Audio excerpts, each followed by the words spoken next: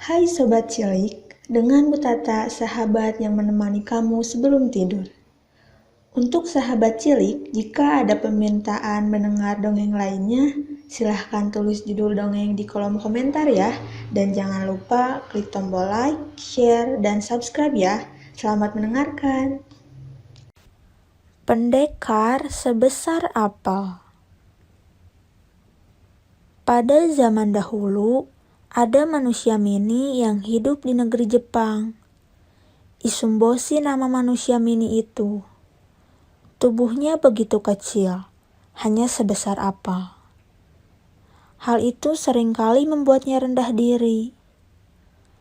Kenapa tubuhku kecil begini?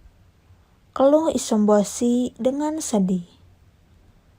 Aku jadi tidak bisa bekerja dengan baik, serta sulit mengerjakan hal-hal yang biasa dikerjakan oleh orang lain.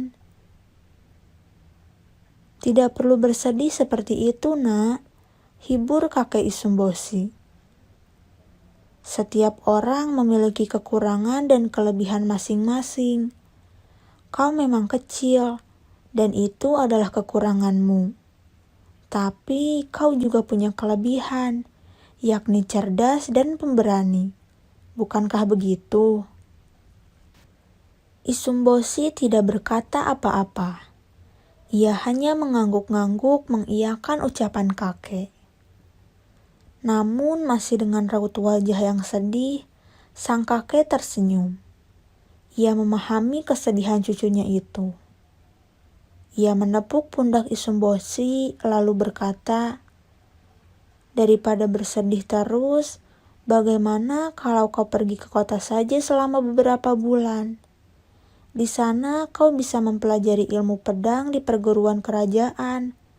Nanti kau bisa menjadi pendekar yang hebat." Seketika hilang gurat kesedihan di wajah Isumboshi setelah mendengar usulan kakek. Ia sangat tertarik dengan ide itu. "Aku mau, Kek. Aku akan latihan dengan rajin sehingga bisa menjadi pendekar yang hebat," seru Isumboshi dengan mata berbinar-binar. Dengan restu dari ayah dan ibunya, akhirnya berangkatlah Isumboshi ke kota. Sebagai bekal di perjalanan, sang kakek memberikannya sebuah mangkuk kayu untuk dipakai sebagai perahu. Ayah dan ibunya juga tidak lupa memberikan bekal. Sang ayah memberi sebuah jarum untuk digunakan sebagai pedang. Sedangkan sang ibu memberi 2 padi panjang untuk digunakan sebagai dayung. "Aku pergi dulu ya," pamit Isumboshi setelah memeluk kakek, ayah, dan ibunya satu persatu.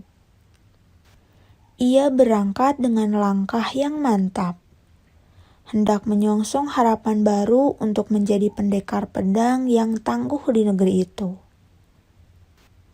"Hati-hati di jalan, nak," seru mereka sambil melambaikan tangan. Mereka berdoa agar Isumboshi selamat sampai tujuan dan bisa menjalani kegiatannya dengan lancar selama di perantauan.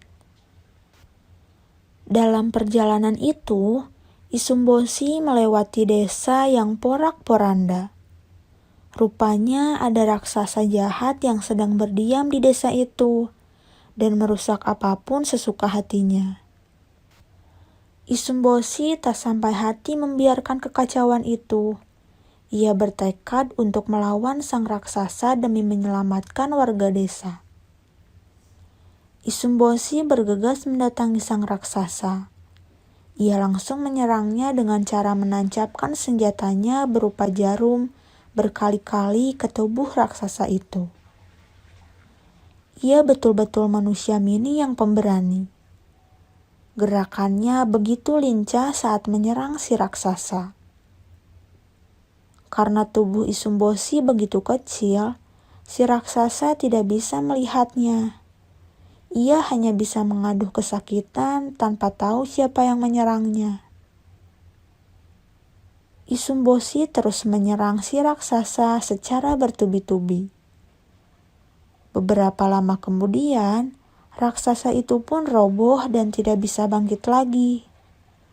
Sontak masyarakat bersorak-sorai kegirangan.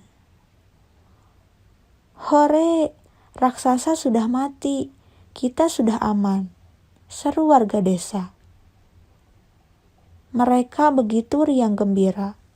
Mereka mengeluh-elukan Isumbosi sebagai pahlawan. Mereka sangat menghormati Isumbosi, meskipun tubuh Isumbosi begitu kecil. Lalu Isumbosi pun dikenal sebagai pendekar sebesar apel. Pesan moral dari dongeng ini adalah kita tidak perlu minder atau rendah diri dengan kelemahan yang kita miliki. Lebih baik kita fokus saja pada kelebihan yang kita punya. Di antaranya dengan terus melatihnya, sehingga kelebihan itu akan membuat kita menjadi orang yang unggul.